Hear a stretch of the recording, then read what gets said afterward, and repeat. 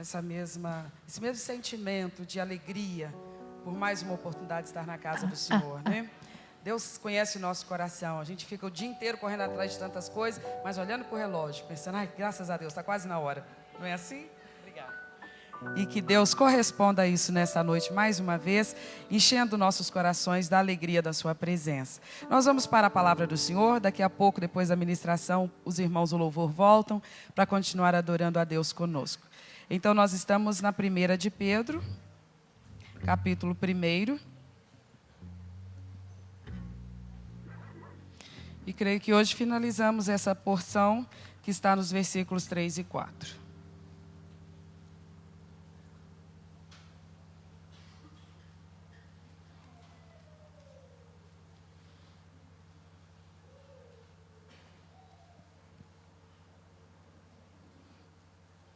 Primeira de João 1, versos 3 e 4. Bendito seja o Deus e Pai de nosso Senhor Jesus Cristo, que segundo a sua grande misericórdia, nos gerou de novo para uma viva esperança pela ressurreição de Jesus Cristo dentre os mortos, para uma herança incorruptível, incontaminável e que se não pode murchar, guardada nos céus para vós. Amém? Vamos orar?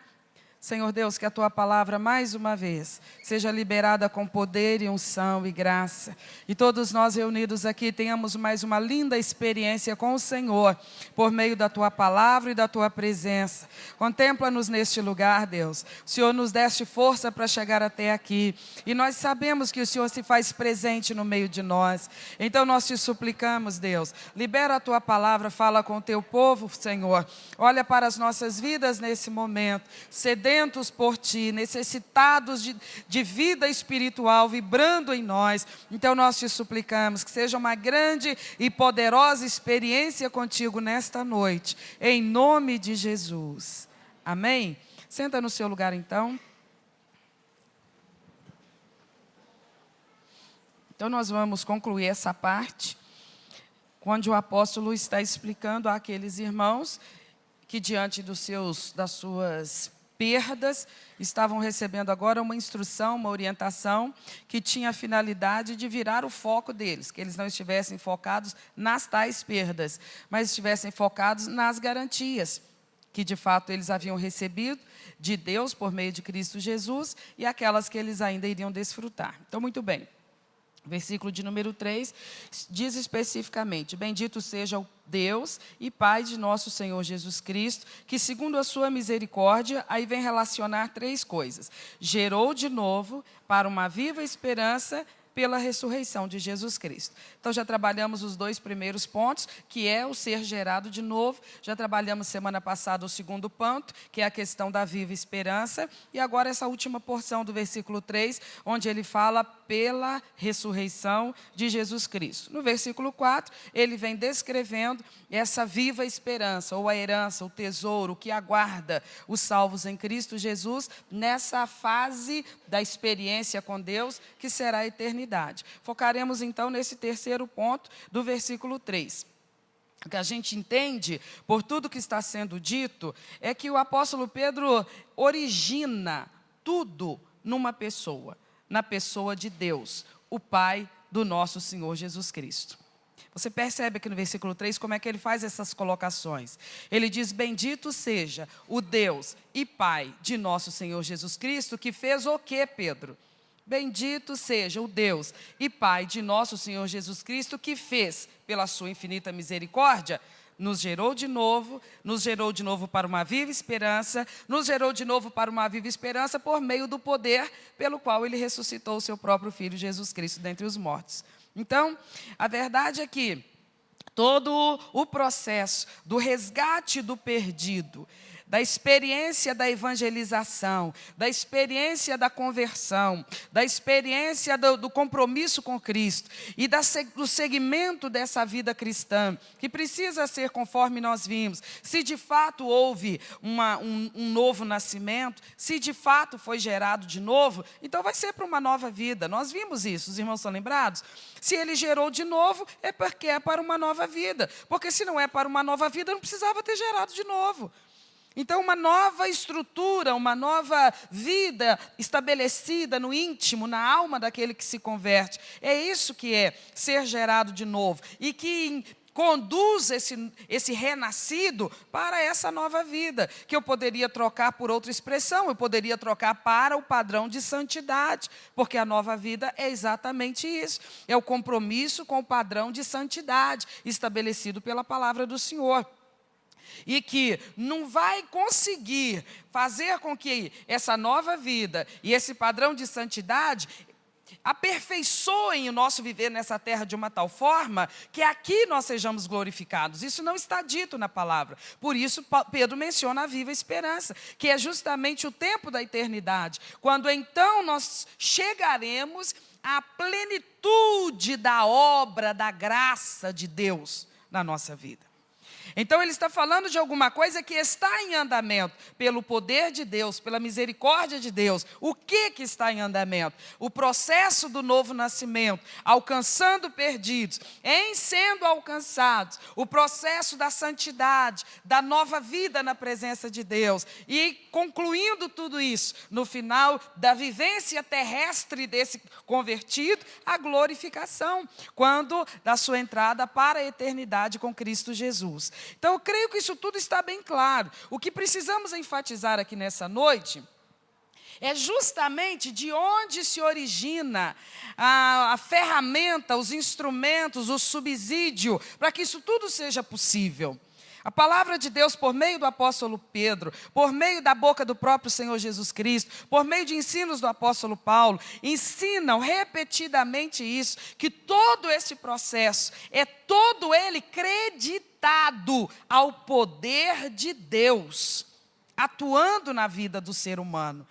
Você sabe o que é o poder de Deus sendo demonstrado na face da terra? Você sabe, você é leitor da Bíblia. Então você poderia nos contar alguns acontecimentos lá no Antigo Testamento. Como que Deus evidenciou o seu poder aos homens aqui na terra. Que atos poderosos você poderia lembrar aí, registrados no Antigo Testamento, sobre momentos em que Deus demonstra na terra esse seu imenso poder.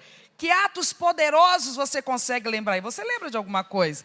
Você pode lembrar, por exemplo, da abertura do Mar Vermelho. Aquilo foi uma manifestação extraordinária do poder de Deus, você concorda?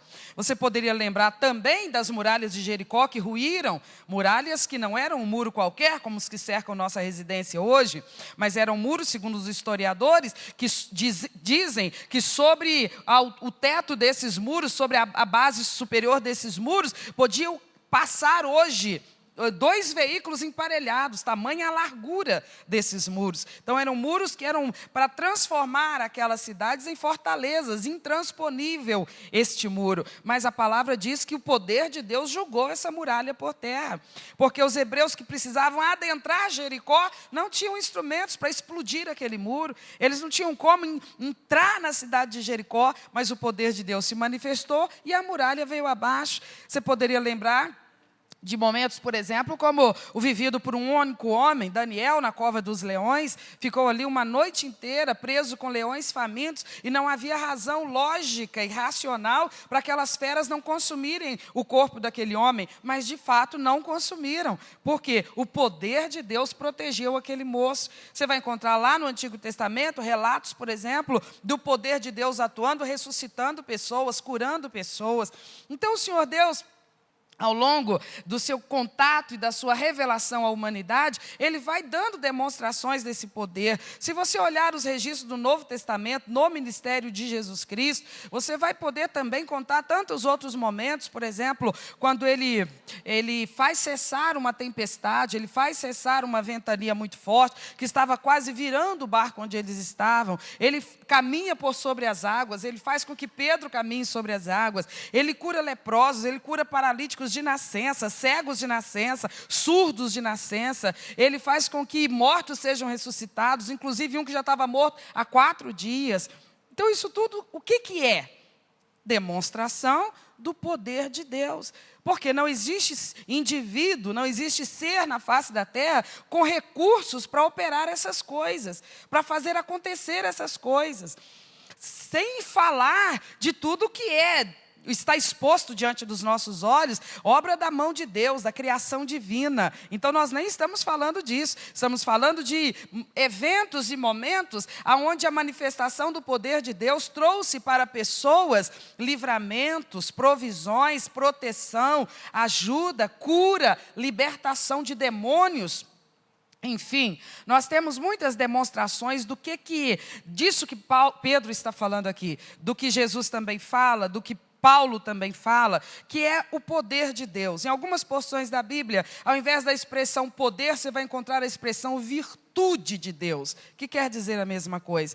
Do Deus Pai, o Todo-Poderoso, o Criador de todas as coisas. Mas se nós quisermos entender ao que o apóstolo Pedro está vinculando o poder de Deus agora, você há de concordar comigo que agora ele está relacionando o poder de Deus à obra mais impressionante que Deus está fazendo na face da terra, que é justamente o resgate e a transformação do perdido.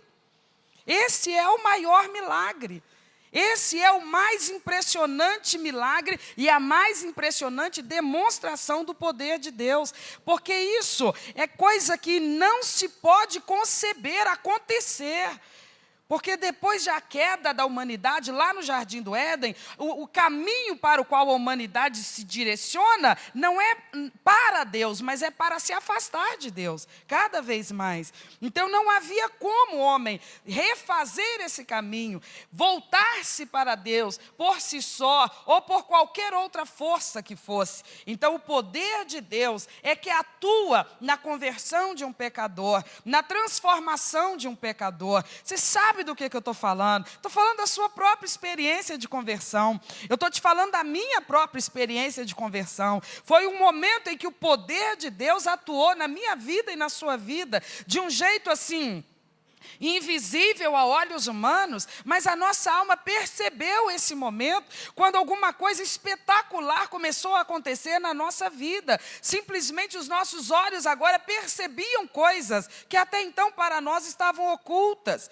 O nosso entendimento agora absorvendo verdades para as quais nós estávamos absolutamente blindados até então.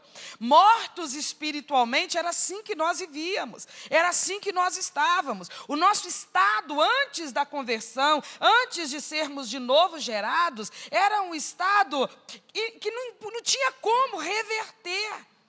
Nós não tínhamos recurso em nós não buscávamos isso, nós não desejávamos isso, estávamos mortos espiritualmente, desligados de Deus, absolutamente cegos para as verdades espirituais de Deus, e o nosso destino era trágico, seria trágico. Mas o poder de Deus veio atuar na nossa vida. Foi pelo poder de Deus que um dia nós ouvimos a ministração da palavra do Senhor, e naquele dia foi libertador para nós.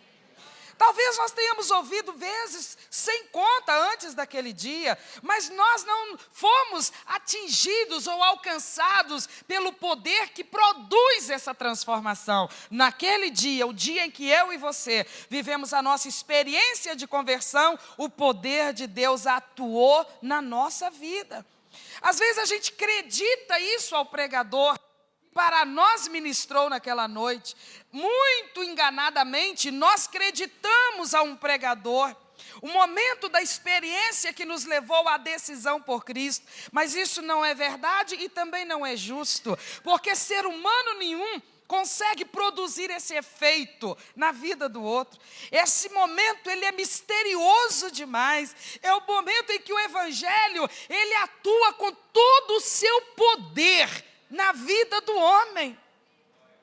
É uma coisa tão absolutamente radical e ao mesmo tempo invisível ao olho humano.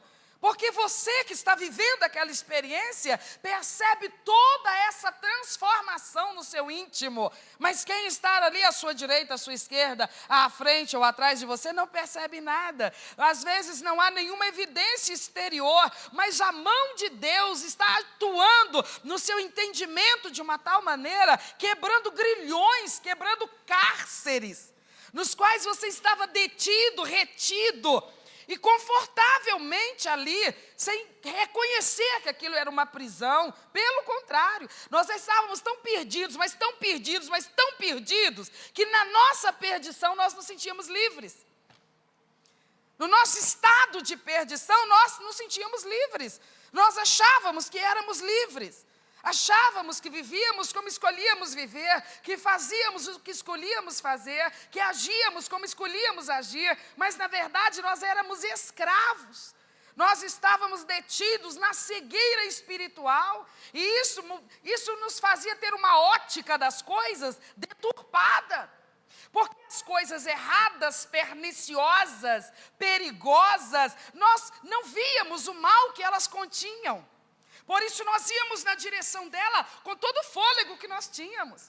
E nós ficávamos, chateados quando alguém tentava nos deter, porque aos nossos olhos não havia perigo em nada daquilo, não havia erro em nada daquilo. A nossa situação era tal, de uma rendição tal, que nós sequer enxergávamos as coisas nas quais tropeçávamos. E tropeçávamos espiritualmente o tempo todo. Nos distanciávamos da luz, da verdade, nos distanciávamos da experiência que resgata a alma. Nós éramos avessos à evangelização. Pessoas queriam nos falar de Cristo, nós não parávamos para ouvir. Ou se por alguma circunstância éramos obrigados a ouvir, ouvíamos de má vontade, não estávamos receptivos ao Evangelho. Precisávamos do Evangelho mais do que o oxigênio que usávamos, mas nós não estávamos cientes disso. Era tão grave o nosso estado, e o tempo se esgotando, e o tempo da nossa oportunidade de salvação se esgotando, porque muitas vezes, por conta dessa situação, nós trilhávamos caminhos perigosos, caminhos que poderiam reduzir o nosso tempo de vida na terra. Nós estávamos expostos à calamidade de um passamento para a eternidade, sem estarmos resgatados. Mas nós não estávamos assustados com isso. Estávamos numa situação assustadora, mas não estávamos assustados. E por que não? Porque não tínhamos ciência disso. O estado do homem perdido, ele é tal que simplesmente ele se entrega, ele se deixa levar, ele vai a passos largos na direção do abismo eterno, sem capacidade de discernir o certo e o errado. Ao errado ele chama certo, e ao certo ele chama de errado. É uma confusão na visão, na interpretação das coisas. Isso tudo por conta da realidade espiritual do homem perdido. Ele é facilmente arrastado, por quê? Porque ele não enxerga, ele não discerne. Ele às vezes faz opções e escolhas pelos seus sentidos, somente isso. Pelos seus sentidos físicos e biológicos. Isso aqui parece que deve ser moralmente correto. Por quê? Porque a sensação que produz é gostosa, então deve ser moralmente correto. Isso aqui deve ser eticamente correto. Por quê? Porque eu saio no lucro. Então era assim que a gente fazia o juízo das coisas. E por quê? Porque nós estávamos adormecidos espiritualmente, mortos espiritualmente. Então, para que nós saíssemos dessa situação, não foi uma operação simples, não. Foi uma operação de guerra, meus irmãos. Foi uma operação gigantesca para resgatar pecadores perdidos. Uma operação que foi planejada, arquitetada estrategicamente nos antepassados da eternidade. Antes mesmo que nós estivéssemos na face da terra, nesse estado que eu descrevo para você, foi todo um planejamento que precisou de ser construído ou desenvolvido ao longo de décadas, de séculos e de milênios. Cada coisa a seu tempo, cada coisa a seu tempo. E às vezes uns que estavam vivendo no tempo de uma etapa ainda intermediária, confusos, pensando, mas quando vai se concluir? Quando vai se concluir? E a palavra de ordem sempre era, creia, creia, creia. Porque mesmo que você viva numa geração anterior à plenitude dos tempos, se você crê no que está prometido, porque crê no que está prometido, você estará salvo. E então, meus queridos irmãos, esse processo todo levou tanto tempo que você caminha agora no nosso tempo, para 2000 anos atrás, e você vê a conclusão, quando o nosso mestre, no alto daquela cruz, exclama e declara: está consumado. O que, Jesus? O que está consumado? Todo mecanismo para o resgate absoluto do perdido está consumado. Está consumado. O que faltava acontecer, acaba de acontecer agora. Eu estou dando meu último suspiro. Está consumado. Agora, vai lá no templo, lá na cidade de Jerusalém. Entra lá e olha bem lá para frente, lá no altar, aquele véu que se interpunha entre o fiel e o objeto da sua adoração, que era o Deus vivo. Ele está partido de cima para baixo. Ele não foi partido de baixo para cima, porque não foi homem que o rasgou. Ele foi partido de cima para baixo. O Pai Todo-Poderoso, quando o seu Filho expira lá no Calvário e declara: está consumado, o Pai recebe esse momento como sendo, de fato, o tempo da conclusão, do preparo, para que tudo estivesse nos conformes, na situação necessária, para que o resgate acontecesse. Da agora para frente, tendo já o Salvador um nome, um histórico, uma história, e toda uma estrutura para dar sustentação a esse projeto do resgate da alma do perdido. Então, meus queridos irmãos, quando o apóstolo Pedro está dizendo que foi pela misericórdia e pela virtude de Deus que nós fomos regenerados, é isso que eu estou te falando. Não foi uma igreja que nos salvou, não foi um pastor que nos salvou, não foi um pregador que nos salvou. Quem nos salvou daquela condição terrível de dormência espiritual foi o poder de Deus. Um dia ele usou o poder para criar o sol, para criar a lua, para criar as estrelas, para separar as águas de baixo das águas de cima, para fazer aparecer a porção seca, para aparecerem os répteis, para aparecerem os animais marítimos. E ele fez do seu poder o homem do pó da terra. E um dia desse mesmo poder ele usou para tirar a venda dos meus olhos e dos seus olhos. O que fez de mim uma pessoa salva em Cristo Jesus foi o poder de Deus. E o apóstolo diz ainda: não adiantaria nada nos dar a experiência da regeneração, que arranca de nós essa venda e nos permite ter uma leitura correta e objetiva espiritual das coisas, e agora estar despertados e vivos para Deus, se nós tivéssemos que pelejar sozinhos agora, com a tarefa que sucede à conversão, que é a tarefa de um viver em novidade de vida. O que evidencia a conversão, o que evidencia a regeneração, o que evidencia o novo nascimento, é o novo jeito de viver. Mas isso também não foi deixado ao nosso poder. Isso também é levado a efeito no poder de Deus, atuando agora na nossa vida, fazendo com que nós tenhamos recursos divinos. Você não ouviu. Fazendo com que nós tenhamos recursos divinos. Vem direto de Deus. Os recursos que me mantêm salva. Que te mantêm salvo. As coisas que antes nos contaminavam. As coisas que antes nos atraíam. As coisas que antes conseguiam nos afastar de Deus. Não conseguem mais. Por quê? Porque a declaração que a palavra de Deus nos faz, não é que o mundo morreu. O mundo não morreu, o mundanismo não morreu, o pecado não morreu. Você está vendo aí, pelo contrário, o mundanismo está cada vez mais vivo, vibrante, inventando moda. O mundanismo está assim, faminto, inventando moda, cada dia uma modalidade nova de pecado, cada dia um absurdo mais extremo, cada dia uma coisa mais fora de lógica, cada dia uma coisa mais animalesca. O mundanismo está mais vivo do que nunca.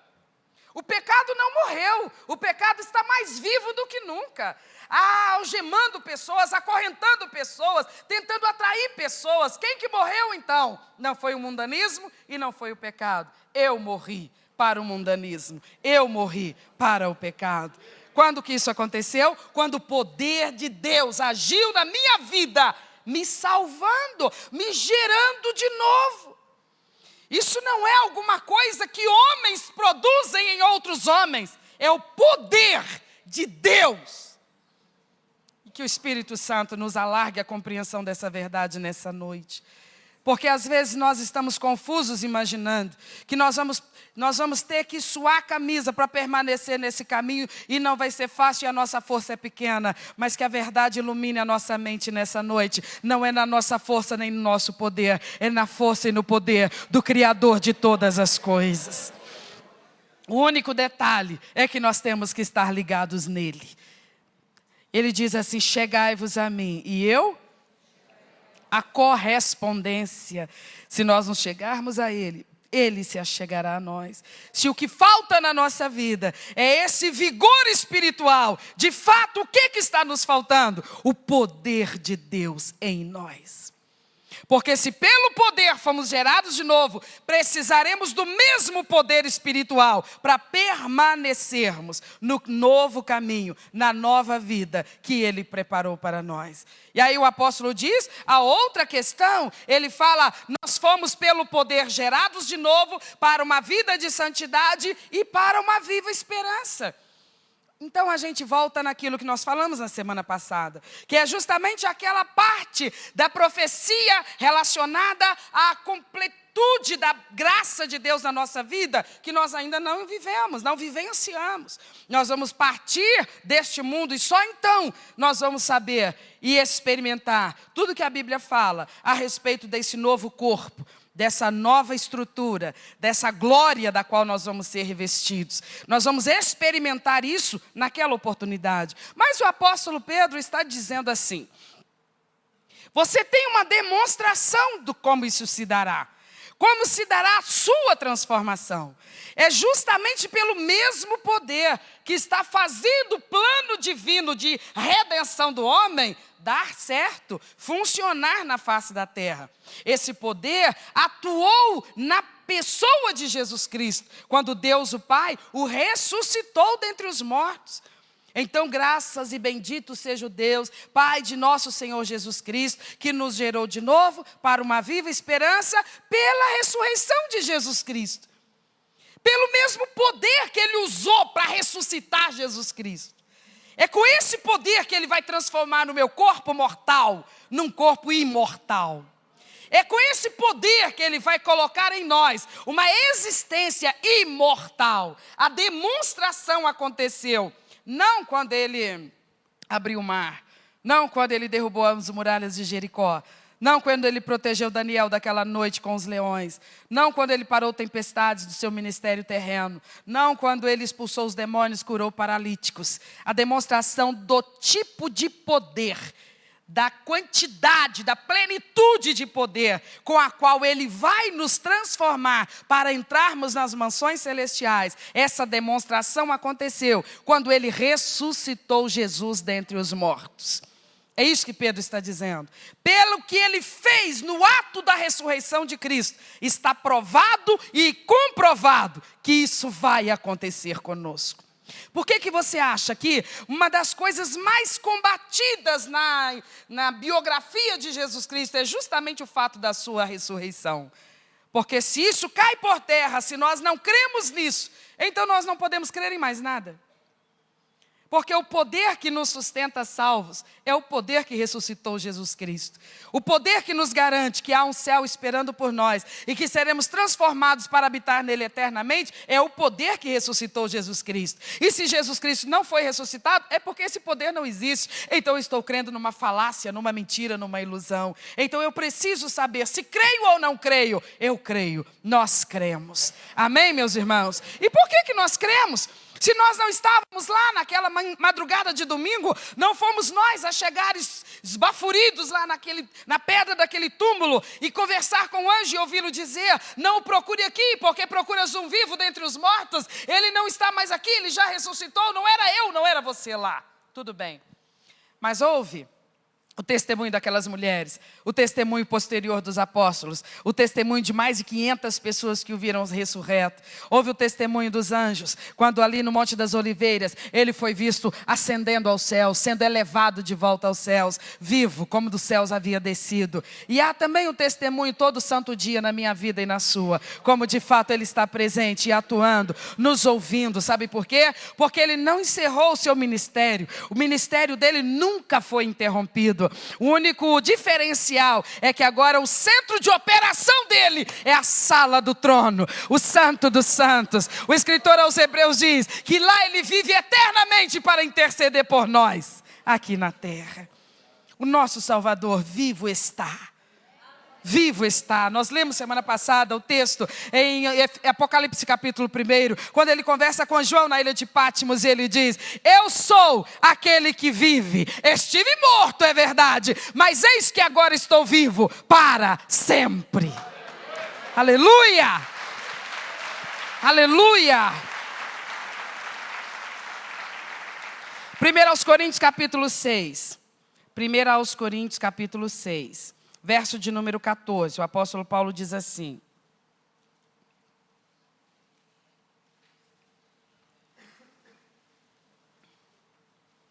ora, Deus que ressuscitou o Senhor, nos ressuscitará a nós. E ele vai usar o que para isso? O seu poder. Ele usa o seu poder na nossa vida o tempo todo. Ele usou na hora de nos redimir, ele usa todo dia nos mantendo redimidos, e ele usará esse poder para transformar o nosso corpo terreno num corpo espiritual, num corpo celestial. A explicação ou a demonstração é o que ele fez com Jesus Cristo. É disso que o apóstolo está falando, é disso que Pedro falou lá atrás. Ele fala claramente: o Senhor Deus ressuscitou Jesus. Aí, a gente precisa ir para um texto que está lá em Romanos, capítulo de número... Não, me desculpem. 1 aos Coríntios, capítulo de número 15. O verso 20 e o verso 21.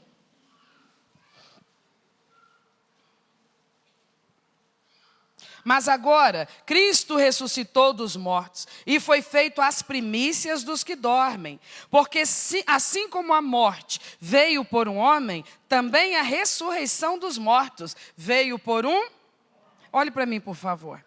O apóstolo aqui está dizendo que a ressurreição de Jesus Cristo foi a primícia. Ele foi a primícia dos que dormem. O que é a primícia? Primícia é o primeiro. Aí a gente pensa assim: ele morreu e depois o Pai o ressuscitou. Mas ele não foi o primeiro a ressuscitar. Você consegue lembrar de alguma outra pessoa na Bíblia que também morreu e foi ressuscitada? Consegue lembrar? No Antigo Testamento tem, não tem? No Novo Testamento também tem.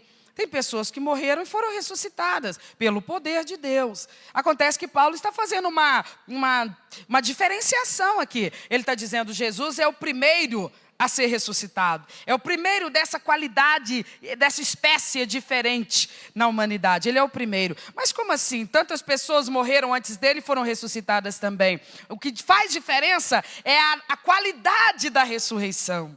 Todos os que você vê descritos nos evangelhos, ou lá no Antigo Testamento, que foram mortos e depois foram ressuscitados pelo poder de Deus, eles foram reintegrados à mesma vida biológica, a mesma estrutura biológica. Senão, eu te pergunto, Lázaro, o mais impressionante deles, depois de 4 dias morto, foi ressuscitado. Onde você acha que Lázaro se encontra hoje? Ele está vivo ainda? Ele foi trazido de volta à mesma espécie de vida biológica. Todos os outros, a filha de Jairo, o filho da viúva da cidade de Naim, todos eles estiveram mortos um dia e pelo poder de Deus foram ressuscitados. Mas eles foram trazidos de volta a que tipo de vida? Ao mesmo tipo de vida. Os seus corpos não sofreram transformação de substância, o mesmo tipo de vida. Por isso Paulo diz: Jesus é o primeiro a ressuscitar. Então a diferença está na qualidade da vida desta ressurreição. Porque agora ele ressuscitou para uma vida imortal, para uma vida imorrível, se eu posso usar essa palavra, para nunca mais morrer. Então é dessa ressurreição que o apóstolo está nos falando. Da mesma forma que o Pai ressuscitou Jesus Cristo, um dia o Pai me ressuscitará e ressuscitará você. Se quando da volta de Cristo nós já tivermos falecido, nós não precisamos ir apavorados. Nós podemos ir, se a nossa hora chegar, sem nos debater, sem ficar revoltados, sabendo simplesmente que nós aguardaremos agora, enquanto o tempo se cumpre na terra. Mas quando as trombetas soar, ela soará 2 vezes. A primeira vez que ela soar, se nós naquela oportunidade estivermos mortos, ressuscitaremos primeiro.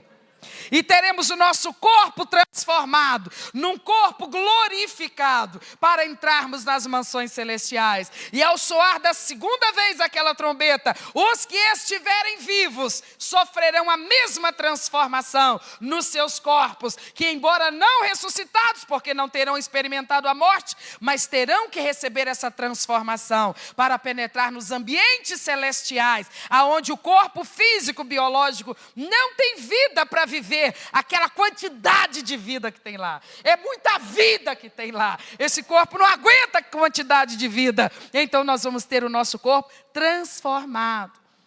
Quando ele fala que da mesma forma que o Pai ressuscitou Jesus Cristo, nós seremos ressuscitados. Essa é a nossa viva esperança. Essa é a promessa que eu aguardo e que você aguarda. Nós não aguardamos uma promessa de riqueza, porque ele não prometeu isso para todo mundo, embora possa ter prometido para um ou outro, uma minoria, diga-se sempre de passagem. Nós não estamos esperando o cumprimento da promessa de uma vida sem flagelos, sem doenças, sem problemas, sem adversidades, embora para alguém ele possa ter feito esse tipo de promessa em alguma fase da sua vida. Algumas promessas são para uns e não são para outros. Algumas promessas foram para as pessoas do passado e não são para nós agora. Mas esta da qual eu te falo é para cada um de nós. Ele vai transformar o nosso corpo de pecado, o nosso corpo que adoece, o nosso corpo que envelhece, o nosso corpo que se cansa, o nosso corpo que enfraquece. Ele vai nos dar um corpo novo, uma substância nova, e nós vamos existir eternamente neste corpo, exaltando o nosso amado Salvador. Se a gente fala isso nos meios acadêmicos, eles rirão na nossa cara e dirão: isso é simplesmente impossível. Não existe essa espécie de vida, não existe. Pode procurar em todos os micro-organismos, todos eles são finitos, todos são finitos. Isso aí é conversa para enganar os indoutos, os incautos, os crédulos em excesso. Isso não existe, e eu sou obrigada a concordar com eles, que eles não têm contato com esse tipo de vida aqui na terra. Isso não é próprio da terra. O que é próprio da terra? O que é terreno? As coisas terrenas são próprias da terra. E as coisas terrenas são finitas. Elas são finitas mesmo. Elas têm começo, meio e fim. Mas a vida da qual a palavra de Deus nos fala, a existência da qual a palavra de Deus nos fala, é uma existência que não terá fim. E não apenas isso. Será de uma qualidade que nós não conseguimos nem imaginar. Por quê?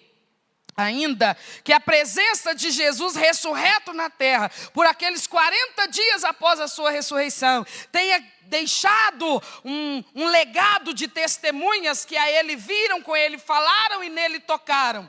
O corpo que eles estavam vendo ali era o corpo de Cristo. Eles podiam reconhecer a sua fisionomia, eles podiam tocar nele, mas ele fazia algumas coisas surpreendentes. Por exemplo, ele se fazia adentrar num aposento sem que precisasse uma porta ser aberta. Ele conseguia fazer coisas agora que no seu corpo físico, enquanto gerado por Maria, ele não fazia. Mas agora ele está ali diante deles com algumas demonstrações dessas variações, nessa nova substância, nessa nova consistência do seu corpo, mas ainda não estava ali revelado tudo o que a glorificação do corpo de Cristo recebeu. Quando você estuda o livro de Apocalipse, aí sim você vai encontrar o apóstolo João tentando descrever a imagem dele, e ele diz coisas assim, difíceis para a gente imaginar. Ele fala de olhos como chamas de fogo. Ele fala de língua como uma espada. Ele está descrevendo o nosso Salvador. E não foi assim que eles o viram quando ressuscitado na terra. Então, na terra, quando ressuscitado, ele pôde ser visto e demonstrar aquele tipo de vida imorrível, imortal. Ele não mais foi preso, não mais foi capturado, não mais foi morto pela espada, seja dos judeus, seja dos romanos, porque ele não podia mais morrer. Mas ainda não estava na plenitude da sua glorificação, porque na terra não se pode contemplar isto. Quando no monte da transfiguração, você já deve ter lido esse texto nos evangelhos, ele estava lá no alto do monte, junto com os seus discípulos mais próximos, e diz que ali houve uma experiência misteriosíssima, porque o seu semblante se transfigurou, e resplandecia uma luz extraordinariamente ofuscante da face do nosso Senhor.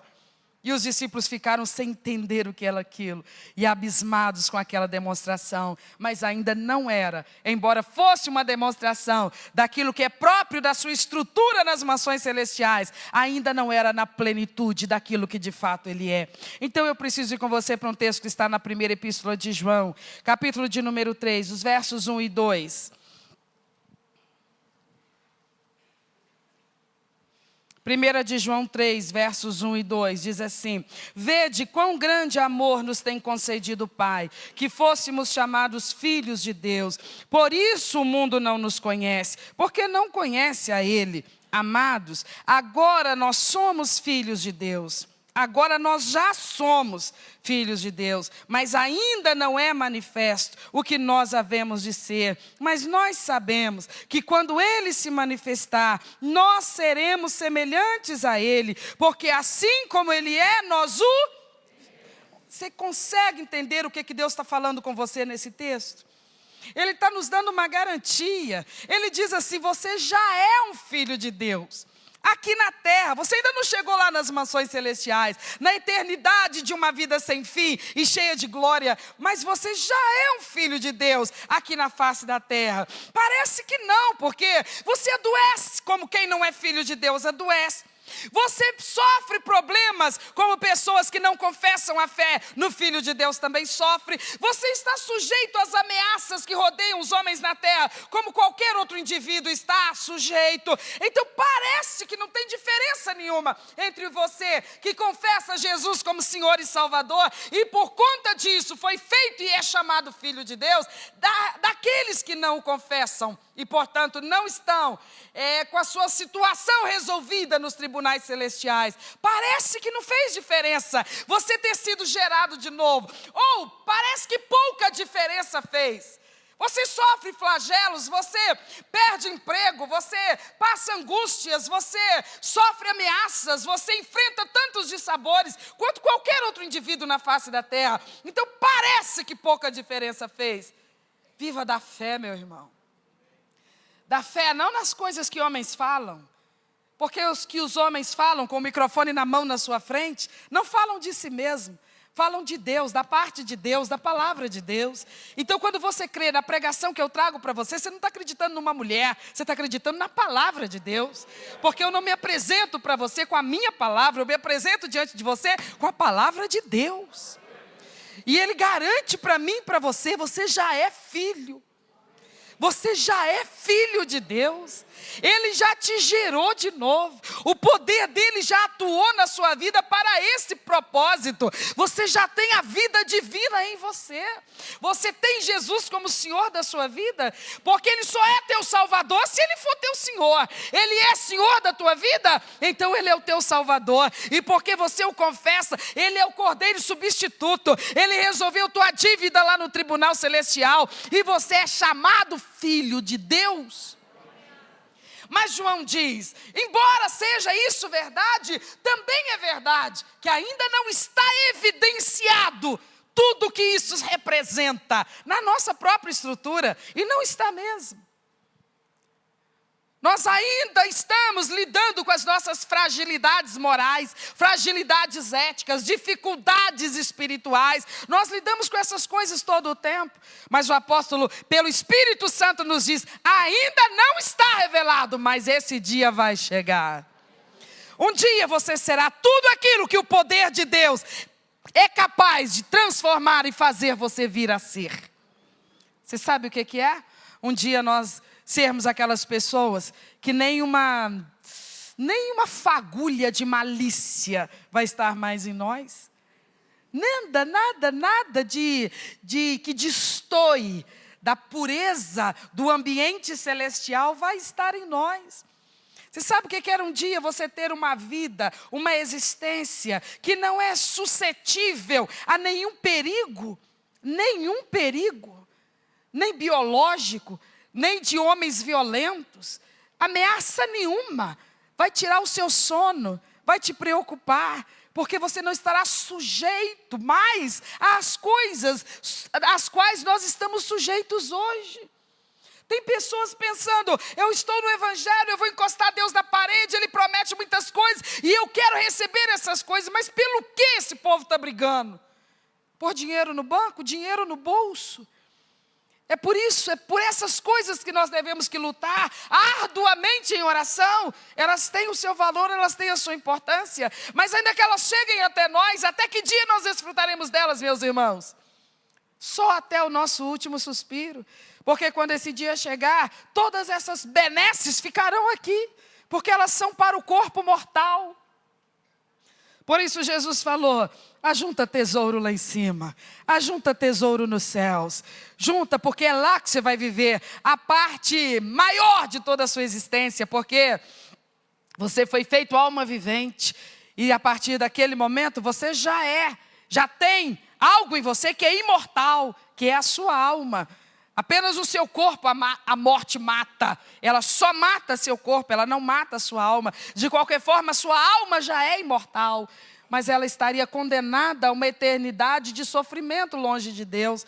Por conta da sua conversão, esta alma imortal, esta vida, essa existência imortal, também será uma existência de prazeres, de delícias, de alegria sem fim, nas mansões celestiais. Amém, meus irmãos? Aí eu te pergunto, eu posso te dar comprovação científica do que eu estou anunciando para você hoje? Tem como eu pegar e colocar in vitro uma demonstração desta vida eterna que você vai desfrutar, colocá-la aqui na sua frente hoje e falar assim, aqui, a evidência está aqui, agora tu crê? Então agora você vai levar a sério tua vida com Deus? Você vai dar valor a essa herança maravilhosa que te aguarda? Eu não tenho isso para te apresentar, eu tenho isto, a palavra de Deus. Não é palavra de homens, é palavra de Deus. E o que Ele falou, Ele cumpre. O que Ele falou, Ele faz. Se eu creio no poder que ressuscitou Jesus Cristo, eu creio que é este o poder que está me sustentando de pé nos santos caminhos do Senhor. Eu sei que a vida de um crente nessa terra, que aspira ao momento de entrar nas mansões celestiais, é uma vida de muitos conflitos, muitos momentos nós somos colocados contra a parede, e por vezes é o mundo que nos imprensa, por vezes é a nossa natureza mesmo, por vezes são os enviados do inferno, de todos os lados nós encontramos aperto, e às vezes pensamos, eu não sei se darei conta. Eu te digo, só tem uma coisa que nós temos que providenciar: caia de joelhos na presença do Deus Todo-Poderoso e diga para Ele, Senhor, com teu braço forte me sustente, Senhor, com tua destra poderosa me sustente, salvo no teus santos caminhos. Nós não podemos depender de nós mesmos, crer que nós temos suficiência para nutrir a nós mesmos, ou que distanciados de Deus e das coisas espirituais que nos edificam, nós vamos conseguir, só com nossa força de vontade, permanecer vivos como servos do nosso Deus. A coisa não foi montada para funcionar desse jeito. Todo o plano de salvação, arquitetado, montado, estabelecido por Deus, eternidades anteriores antes de nos criar, todo ele foi estabelecido desta forma, para que em todo o tempo a plenitude de Deus estivesse prevalecendo na nossa vida. Por isso o crente não pode estar vazio de Deus. O verdadeiro cristão que ama a vida eterna que ama a vida eterna, que dá valor às promessas do arrebatamento da igreja, as promessas da vida eterna com Deus nos céus, esse crente não pode ficar vazio de Deus. Ele tem que ter muita vigilância consigo mesmo. Ele tem que ser humilde, sincero e ágil. Quando ele percebe que alguma coisa o está distanciando de Deus, ele tem que tomar uma atitude rapidamente. Porque se ele se distancia da fonte do poder, ele vai perdendo esse poder, ele vai perdendo esse vigor. Você sabe do que eu estou falando? Há fases da vida do crente em que ele percebe isso. Parece que a fraqueza quer tomar conta. Parece que a fraqueza quer dominar, quer prevalecer. Ele não se reconhece. Ele não tem mais aquele ímpeto de orar. Ele não tem mais aquele ímpeto de adorar. Ele está se prostrando espiritualmente. E ele olha para si mesmo horrorizado, pensando: eu estou adormecendo, eu estou fraquejando, eu estou perdendo o vigor espiritual. E aí ele pensa assim: eu preciso fazer alguma coisa. Eu vou lá na igreja e vou pedir para pôr a mão na minha cabeça e orar por mim. Eu vou pedir que repreendam em oração essa minha fraqueza, esse meu desânimo, esse meu cansaço. Olha, irmãos, eu não te digo que isso não ajude, mas eu te digo que precisa de um pouco mais. Nós precisamos nos prostrar aos pés do Todo-Poderoso. Nós temos que ter um pouco mais de tempo para nos dedicar à oração nos dias atuais. Porque a oração é o nosso encontro, a nossa experiência particular com o nosso Deus. Tempos passados, o que os evangélicos mais faziam na vida era orar. E não tinham dificuldade para isso. Tinham dificuldade para parar de orar. Porque quando começávamos a orar naqueles idos de 30 anos atrás, era um mover tão extraordinário da presença de Deus. Você sabe o que é uma visitação quase irresistível da presença de Deus? Hoje nós ficamos detidos a ter experiências com pregadores, com pessoas que estão na mídia e são famosos como preletores, como pregadores, como ministros. Isso tudo tem sua importância, tem sua utilidade nas mãos do Senhor. Mas eu te falo uma coisa: isso não substitui o nosso particular com Deus, os nossos propósitos particulares com Deus. Porque esse ajuntamento é fundamental, sem dúvida nenhuma. Por que ele é? Porque nele nós aprendemos que de fato nós somos uma família. E há um Pai que olha por nós, que cuida de nós, que é um Deus todo-poderoso. Nós ficamos hoje em dia, sabe, às vezes contaminados pela visão e leitura que a sociedade faz da igreja evangélica. E achamos que isso aqui é apenas religiosidade, é apenas encontros sociais. E nós nos esquecemos. A igreja é um corpo vivo, de um Cristo vivo, que é a cabeça dessa igreja. Igreja não é essa a construção maravilhosa que o Senhor nos deu para que nela pudéssemos nos reunir. Igreja é a minha vida, é a sua vida. Eu sou a igreja, você é a igreja. Quando Paulo está pregando ali no livro de Atos, ele diz: nós estamos sabendo, e é notório isso, que Deus não habita em templos feitos por mãos de homens, mas Ele habita nos próprios homens. Jesus Cristo, quando conversava com seus discípulos, muito perto da sua crucificação, ele dizia: vocês receberão o Espírito Santo na vida de vocês, Ele estará com vocês, e mais, Ele estará em vocês, Ele habitará em vocês. Nós temos que entender que há em nós uma vida espiritual agora. Antes não tinha, não. Nós não tínhamos vida espiritual, nós estávamos mortos espiritualmente, então não precisava alimentar nada, porque estava morto, não tinha vida espiritual. Agora tem. Pelo poder de Deus, nós temos vida em Cristo Jesus. Temos sensibilidade espiritual, discernimento espiritual. Deus fala conosco, nós discernimos a voz de Deus. Por vezes através da voz de um pregador, por vezes através do ministro de louvor, por vezes pela voz de ninguém, é apenas um pensamento que cruza a nossa mente. Mas é o Espírito Santo conversando conosco. E nós estamos avançando nessa experiência, meus irmãos. Na experiência de ser tocados por Deus. E entendemos que este é um momento extraordinário que não tem como evitar, ele provoca uma emoção extraordinária em nós. Mas é muito mais do que esta emoção que provoca, é uma realidade. É uma realidade consistente e permanente na vida dos filhos de Deus nessa terra. Tudo que você enfrenta com a presença de Deus na sua vida. Porque a vida de Deus em nós, que nos conduz nessa terra, tem que ser assim. Então eu preciso acreditar, eu preciso entender que eu estou sendo preparada para essa nova espécie, que são os indivíduos em cujas vidas o poder de Deus está operando. Você tem muitas bênçãos para contar, não tem? De bênçãos que Deus te deu, de vitórias que Deus te deu. O que aconteceu no momento dessas vitórias? O poder de Deus foi liberado para o nosso socorro. E isso vai continuar acontecendo, porque Ele é um Pai que cuida de nós aqui na terra. Mas deixa eu te dizer qual que é a prioridade desse poder. Não é nos dar bênçãos desta terra, mas é nos fortalecer para a vida que nos espera lá nas mansões celestiais. Então eu e você precisamos olhar para nós mesmos e reconhecer, eu não estou como já estive. Eu já estive realmente rendido aos pés do Salvador. E hoje a minha mente fica ocupada com tantas coisas. E eu penso nas coisas mesmo da igreja, mas por óticas tão diferenciadas. E eu não estou mais entendendo que quando eu vou para aquele lugar, a minha prioridade é ter um encontro com Ele.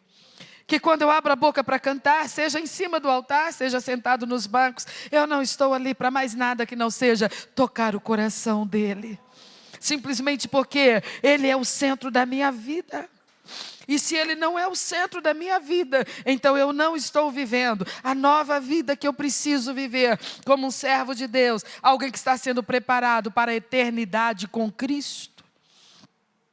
Quando a palavra de Deus nos diz, meus queridos, que nós ainda não somos tudo que nós podemos ser, nós podemos nos lembrar de um outro texto onde o apóstolo Paulo, escrevendo aos Filipenses, ele diz, no capítulo 1, versículo 6, ele diz que aquele que começou a boa obra em nós, vai completar essa boa obra. Quando? O que é a plenitude da obra da graça na minha vida e na sua vida? Esse estágio final, essa projeção final, a glorificação dos santos. O momento em que a morte não mais agirá e o pecado também não mais nos corromperá. Nós seremos transformados numa outra espécie.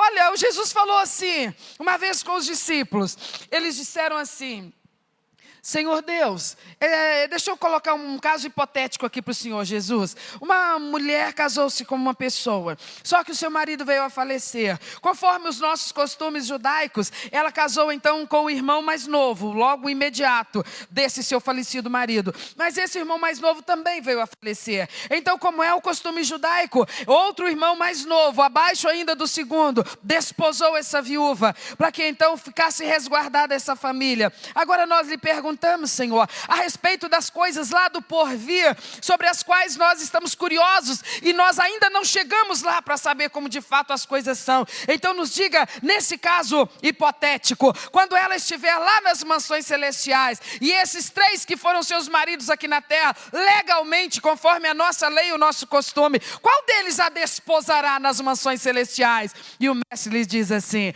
ninguém a desposará lá.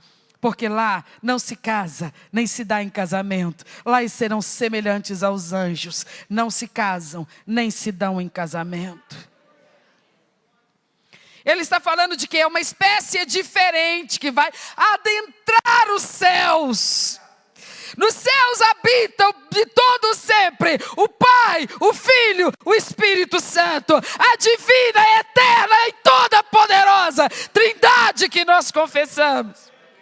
E o céu também é habitado pelos anjos criados por Deus, cada qual na sua categoria. Então os céus até hoje é habitado pelo Deus Todo-Poderoso, nas 3 pessoas da Trindade e pelos anjos. Mas a palavra de Deus nos diz que no dia do arrebatamento, uma outra espécie vai adentrar as mansões celestiais. Gente! Isso é maravilhoso demais, meus irmãos. As mansões celestiais vão recepcionar a humanidade. Homens e mulheres, não como somos ou vivemos aqui na terra, mas realmente transformados. Numa outra estrutura, mas homens e mulheres. João viu quando ele teve toda aquela visão da revelação do Apocalipse. E ele diz que vê lá em algum ambiente do reino celeste, ele vê multidões incontáveis. E ele se volta para aquele que com ele falava e pergunta: estes quem são? Olha que infinidade de pessoas, quem são estes? Eles não são como a Trindade digníssima. Eles também não são anjos, porque se percebe diferença. Esses aqui nos céus, quem são? E então ele está vendo alguma coisa que vai acontecer lá no futuro. E ele recebe a resposta de Jesus Cristo. E Jesus lhe diz: estes são os que vieram de grande tribulação.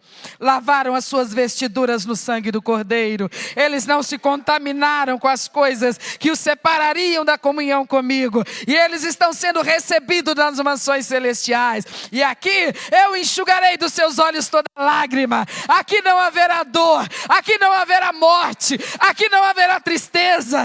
Eles vão viver as delícias dos céus, mas eles são gente entrando no ambiente celestial. Isso é maravilhoso demais, irmãos. A troco do quê nós perderíamos isso?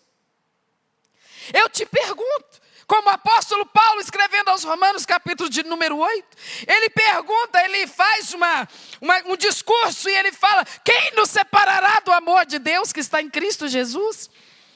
Pelo que eu desistiria disto? Em nome do que eu abriria mão disto? Em nome do que? O que pode valer mais do que isso? Ele diz: nada. Ele fala dele. Ele está falando dele mesmo. Nada me separará do amor de Deus que está em Cristo Jesus, nosso Senhor. E é o que o doce Espírito de Deus nos pergunta nessa noite. Você crê que de fato o Pai Todo-Poderoso ressuscitou Jesus dentre os mortos? Você crê que Jesus recebeu um corpo de glória e Ele vive eternamente no lugar que é eterno e cheio de maravilhas? Então você crê que o mesmo poder que o Pai usou para transformar o corpo mortal de Cristo numa estrutura imortal outra vez, é esse poder que Ele vai usar na minha vida e na sua, e vai nos colocar nas mansões celestiais? Se você crê em tudo isso, deixa eu te dizer a nossa última reflexão. Nós precisamos estar preparados quando esse dia chegar. Jesus bateu insistentemente nessa tecla. Ele disse: o que perseverar até o fim, este será salvo. O que perseverar por quanto tempo? Até o fim significa o quê? Fim de quê? Hein? Fim da nossa vida. Ou fim dos tempos, se estivermos vivos sem morrer, quando o Senhor Jesus voltar. Até que dia eu tenho que ser fiel a Cristo? Até o último dia da minha vida. Quanto tempo nós temos que ser fiéis a Cristo? Todo o tempo que nos resta, desde o momento em que nós fomos alcançados pelo Evangelho. Todo o tempo, todo o tempo, todo o tempo, todo o tempo. Em toda situação, em todo lugar, de todas as formas, lealdade ao Senhor, lealdade ao Senhor, lealdade ao Senhor. Em todo o tempo, por quê? Porque Ele está formando uma espécie diferente. E Ele está fazendo isso comigo, Ele está fazendo isso com você. Com que ferramenta Ele está fazendo isso? Com o poder dEle, na minha vida, na sua vida. Quando você enfrentar as tentações e provocações dessa vida, deixe que o poder de Deus flua na sua vida. Acredita que o poder de Deus está na sua vida, para te dar o suporte necessário para você resistir. Para que no fim você possa dizer, como o apóstolo Paulo diz: eu também afirmo, nada me separará do amor de Deus. Nada me arrastará para longe. Eu estive morto, é verdade. Eu não sabia que era a verdade de Deus. Eu não conhecia o caminho da salvação. Hoje eu conheço. Ah, mas o mundo evangélico é meio às vezes frustrante. Eu passo uma decepção aqui, eu passo outra ali. Passe a decepção que tiver que passar. Chore o tempo que tiver que chorar. Apenas olhe para aqueles 2 olhos que você enxergar quando se deparar na frente do espelho. E diga para aquela pessoa ali, sofra, chore, mas uma coisa eu te falo, nada te separa do amor de Cristo. Viva a perturbação, a perseguição, a tristeza que for, mas tenha essa verdade impoluta na sua alma. Por nada eu vou perder esta herança lá em cima. Eu quero ir para lá. Eu posso ir para lá. Agora vai funcionar, por quê? Porque não é na minha força e nem no meu poder. É no poder de Deus na minha vida. Enquanto eu preparava essa ministração dessa noite, eu pedia, ô Espírito Santo, ensina-nos a vivenciar esse poder. Poder para nos manter santos, para nos manter separados desse mundo. Poder de Deus em nós, não é por nós mesmos, é por Ele. O detalhe é estar nele, ligado a Ele. Por isso as nossas atitudes espirituais precisam ser muito bem definidas na nossa vida. Quando eu parar para orar, o que eu parei para fazer? Orar significa falar com quem? Então a minha mente não pode estar pensando no meu marido, nos meus filhos, no patrão, no empregado, em ninguém. Se eu parei para falar com Deus, eu tenho que estar concentrado em quem? Eu tenho que aprimorar minhas atividades espirituais. Eu tenho que amadurecer nisso. Eu tenho que me comprometer com isso. Isso tem que funcionar, porque foi essas as ferramentas que Ele deixou para nós. Eu preciso de poder, Senhor. O que Ele diz? Eu serei achado de todo aquele que me buscar. Então, quando eu parar para orar, eu estou buscando a face de quem? De Deus. Eu vou pensar em quem? Só em Deus, só em Deus, só em Deus. Eu vou entender que essa é uma experiência na qual eu preciso amadurecer. Eu preciso me aperfeiçoar. Porque é uma pena o que se vê de cristãos que somam anos e anos e anos nas igrejas evangélicas, mas a experiência pessoal deles com essa divindade real, a única que é verdadeira, não progride, não evolui. O Senhor Deus é o seu Deus, é o nosso Deus, Ele é o nosso Pai, Ele está na nossa vida, Ele entrou na nossa história através do Evangelho, e Ele está preparado para nos dar o suporte que nós precisarmos, qualquer hora, qualquer momento. Você tem exemplos dentro da Bíblia, você vê um José do Egito, por exemplo. O camarada vai parar numa terra alheia, vai numa situação terrível de escravidão. E ali ele recebe uma oportunidade de aliviar a situação dele que era sofrida. A esposa do seu patrão interessou-se por ele. Se ele concordasse com aquela proposta, a vida dele talvez ficasse mais leve, menos sofrida. Mas ele era uma pessoa que mudou de endereço, mas não mudou a sua situação espiritual. Do mesmo jeito que ele era um homem de Deus lá em Canaã, ele era um homem de Deus lá no Egito. A situação alterou, mas a situação espiritual dele não. Ele sabia, ele tinha consciência. Eu sei o que eu sou. Eu sou de Deus. Eu sou de Deus. Ela está me propondo isso porque ela não é. Ela não tem compromisso com a moralidade bíblica, com a ética bíblica, com a conduta espiritual bíblica. Então ela acha que tudo é permitido. Se ela acha que ela faça. Mas a cultura dela não prevalecerá na minha vida. A cultura que prevalece na minha vida é a cultura bíblica. Eu sou de Deus. Você vai chegar na faculdade, você vai chegar no novo emprego, você vai chegar em qualquer lugar que seja. Você vai sempre encontrar pessoas querendo propor para você novidades que talvez despertem a sua curiosidade. Assassina, mata a carne ali na hora e fala para você mesmo: poder eu posso, mas eu não vou botar a mão nisso. Por quê? Porque eu sou de Deus. Tenho que levar isso a sério. Eu tenho que levar isso a sério. Eu não posso mais ficar levando isso, empurrando com a barriga. Se eu sou de Deus, eu tenho que levar isso a sério. Eu preciso assumir compromisso com isso. Porque o que está ao meu dispor é alguma coisa infalível. É o poder de Deus. Por que não funcionaria o projeto de salvação dele na minha vida? Por qual razão? Falha no poder dele? Impossível. É impossível que ele não consiga salvar alguém que se achegue a ele, buscando o seu socorro, o seu renovo, a sua restauração. É impossível que ele não encha de novo um crente que está vazio, enfraquecido, se vendo distanciar da presença do Senhor, mas que em tempo volta-se para Deus, arrependido, busca seu perdão e o seu renovo. É impossível que ele não renove essa pessoa. É impossível que o poder de Deus não faça o que lhe cabe fazer, nos manter de pé nos santos caminhos do Senhor. Então, meus amados, depende da nossa atitude. Eu não consigo salvar ninguém à força. Você não consegue manter ninguém salvo à força. Nós não conseguimos com a nossa própria força. Mas não foi assim que foi planejado. Foi planejado de nós conseguirmos no poder de Deus. Então o que nos resta fazer? Buscar o poder de Deus. Vamos orar? Fica de pé no seu lugar. E nós vamos orar com muita tranquilidade, falando com Deus. Senhor, eu cheguei num patamar, olhe para mim por favor e me escute. Você vai conversar com Deus e abrir seu coração e dizer: eu cheguei num ponto da minha experiência com o Senhor e estacionei.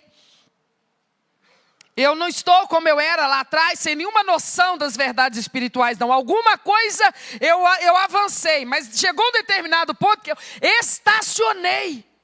Eu não posso continuar parado, porque ainda tem muito chão para caminhar, ainda tem muitos degraus para galgar. Eu preciso ir além do ponto aonde eu cheguei e estacionei.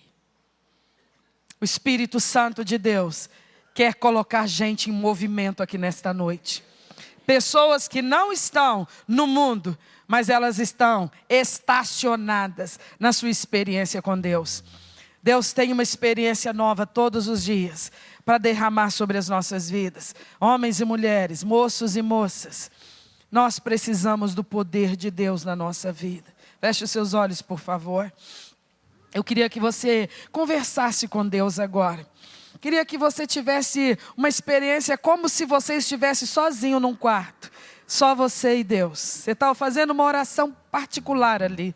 E você vai rasgar o seu coração. Eu queria que você começasse a orar agora. Não espere os músicos, não dependa de eles nos conduzirem nesse momento. É você e Deus. Conversa com Ele, reconheça e clame a Ele. Clame a Ele por experiências espirituais novas, que restaurem o seu prazer e a sua alegria, da salvação e da comunhão com o Espírito Santo. O poder de Deus arrancou você do mundo. Foi o poder de Deus que transformou você de um pecador perdido num pecador remido. Você lembra como é que foi? Ele foi lá atrás de nós. Oh, vida terrível que nós vivíamos. Em tantos vícios, em tantas rebeldias. Nós estávamos tão enganados, nós éramos tão ignorantes. Nós não íamos achar o caminho sozinhos. Mas Ele foi lá onde você estava, onde eu estava. Ele alcançou a gente, meus irmãos. E Ele fez aquilo que nós nunca imaginávamos que ia acontecer conosco.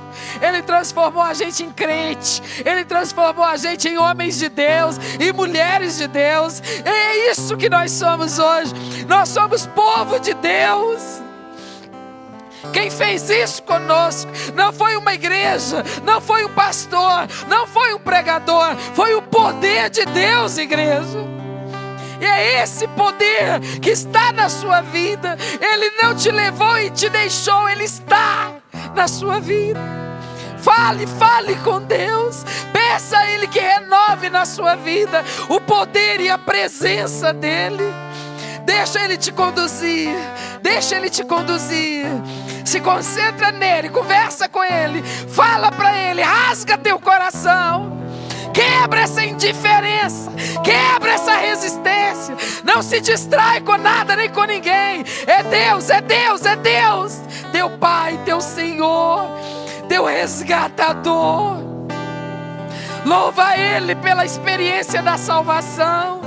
Nós podíamos estar tão longe quanto estávamos, nós podíamos continuar perdidos como estávamos, mas Ele nos alcançou, Ele nos alcançou. A glória de Deus está atuando na nossa vida. Deixa que o poder de Deus renove você, renove suas forças, renove a sua fé, renove o seu ânimo. Você é mulher de Deus, minha irmã. Você é mulher de Deus, minha irmã. Você é um homem de Deus, irmão. Deus separou esse povo para experimentar do seu poder. Enche-nos de Ti, Espírito Santo. Espírito de poder, espírito de ousadia, espírito de santidade, espírito de verdade, Espírito de Deus, enche o nosso ser, Senhor. Nós somos cristãos, nós somos seguidores de Cristo, nós somos imitadores de Cristo na terra, pelo poder de Deus, é tudo pelo poder de Deus. Então vem sobre nós com esse poder maravilhoso, Senhor. Nós somos pregadores da palavra pelo poder de Deus. Nós exercemos ministérios e talentos e dons pelo poder de Deus na nossa vida. Então reveste-nos desse poder, Senhor. Ministra sobre a nossa vida, Deus. Aleluia! Toca teu povo, Senhor.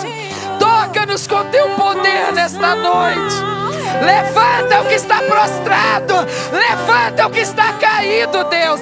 Levanta o que está desanimado, Senhor.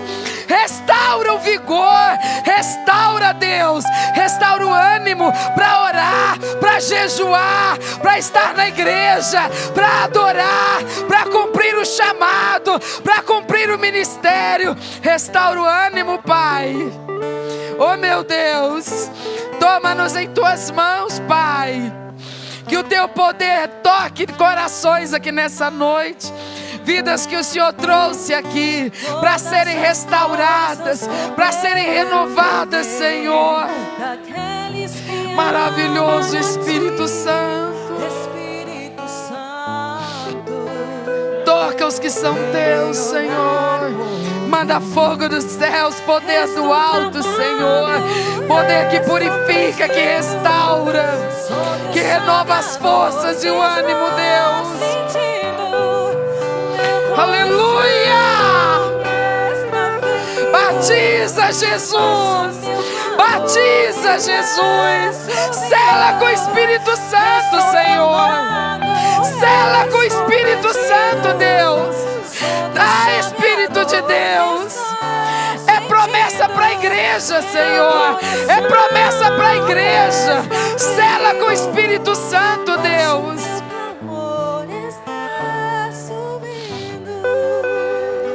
Nós somos gratos a Ti, meu Deus, pela experiência que temos tido até agora, Pai. Mas nós estamos carentes de Ti. Precisamos de mais da Tua unção. Menos de nós mesmos. Menos de nós mesmos. Menos de nós mesmos, Pai. Mais de Ti, preenchendo a nossa mente, preenchendo a nossa alma, predominando na nossa vida. Que nosso orgulho caia por terra, Deus. Que a nossa vaidade caia por terra. Que o temperamento humano, forte e resistente, caia por terra, Pai. Que prevaleça, Senhor, a nossa rendição a Ti nessa noite. Porque o Senhor só enche aqueles que se prostram, aqueles que se rendem, aqueles que se entregam. Tem pessoas aqui, meu Pai, que o Senhor tem separado para ministérios especiais. Renova a vida delas, eu te imploro, Deus. Renova esta igreja, Espírito Santo. Renova esse povo, meu Deus. Manda poder do alto sobre nós, Senhor. Experiências espirituais genuínas, Deus, é o que nós buscamos, Senhor. Oh, Tu prometeste, Jesus, que pelo poder do Espírito Santo, os jovens teriam visões, os velhos teriam sonhos. Manifesta Teu poder, Senhor. Somos Teu povo, Deus. Somos Teu povo, Deus. Precisamos estar cheios de Ti, revestidos de Ti. Reveste a Tua igreja, Senhor. Eu quero que você continue com seus olhos fechados. Meus queridos irmãos, tem um mundo gemendo aí fora, tem um mundo perdido aí fora, e eles estão perdidos como eu estive, como você esteve, e eles não têm como se libertar a si mesmos. Mas o Senhor levanta na terra homens e mulheres que Ele reveste de poder, de autoridade, de sabedoria. E então Ele usa essas pessoas. Que o Espírito Santo esteja restaurando chamados e ministérios aqui nessa noite. Nós precisamos dar conta da missão que Deus confiou a nós. Deus colocou a palavra da vida na nossa boca, a palavra da reconciliação, a palavra da libertação. E nós precisamos abrir a nossa boca e anunciar que em Cristo Jesus pessoas podem ser salvas, podem ser transformadas. Eu queria que você nessa última oração comigo orasse a esse respeito. Você sabe que você tem um chamado, não é? Você sabe. O Espírito Santo já te falou. Ele já te contou que Ele não te trouxe para te deixar de braço cruzado na igreja. Ele já te falou isso. Que você é uma pessoa com quem Ele está contando no ministério e na obra dEle. Você sabe que você tem um chamado. E você sabe que muitas vezes nós temos ficado aquém do glorioso chamado que Deus nos confiou. Eu queria que você levantasse, você que está me ouvindo e sabe que é com você que o Espírito de Deus está falando. Levantasse as duas mãos para os céus, com a palma para cima, como quem vai receber alguma coisa. E você pedisse isso. Pede ao Espírito Santo que renove a unção sobre você. Peça isso, mas não para guardar a unção. Não é receber para guardar, é receber para ser usado. Porque você é ferramenta na mão de Deus. Porque o tempo está passando. O tempo está passando. Nós temos que trabalhar. Nós temos que trabalhar. Cumprir nosso chamado. Deus está contando conosco, igreja. Aleluia! Desperta o dom, meu Pai. Desperta o dom, Senhor. Desperta o dom, Senhor. Desperta o talento, Deus. Aprimora, aperfeiçoa. Restaura esse vaso, Pai. Restaura esse vaso. Renova as forças, Pai. Renova o vigor. Tira a doença. Tira a doença. Tira a fraqueza. Tira o cansaço. Poder de Deus, meu Pai. De Deus. Para a igreja trabalhar. Para a igreja trabalhar. Poder de Deus na vida do seu povo. Para cumprir o chamado, Senhor. Para cumprir o chamado, Deus. Para cumprir o chamado. Manda fogo do alto, Senhor. Fogo que aquece a nossa alma, que restaura a nossa vida.